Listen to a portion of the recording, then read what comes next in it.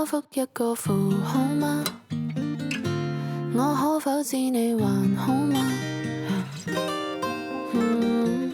日前問你的話，目前未答到嗎？需三思嗎？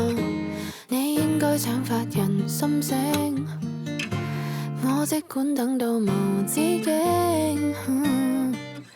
假使我凌晨傳出的心意不夠你共鳴，都不必苦惱，明晨仍可講聲你好。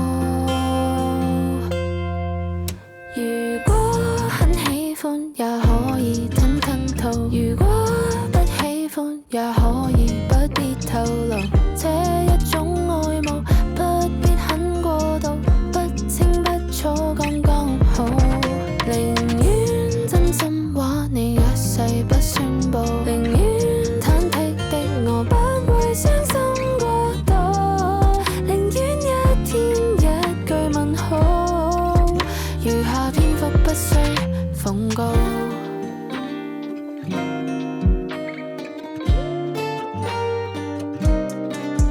這種愛原來無需剔好去使答案確定，清晰到恐怖，朦朧藍色彷彿更好。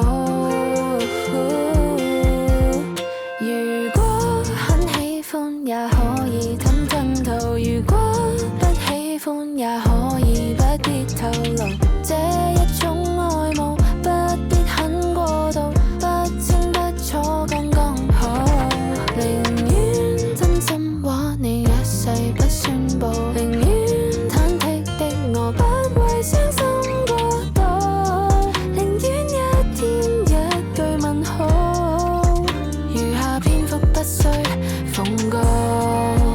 留白不等於很離譜，期待比分手收場好，寫信可以不寫句號。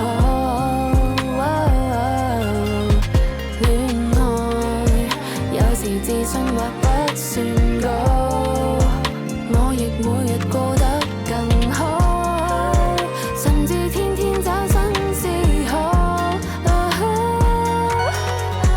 如果很喜歡也可以吞吞吐，如果不喜歡也可以不必透露，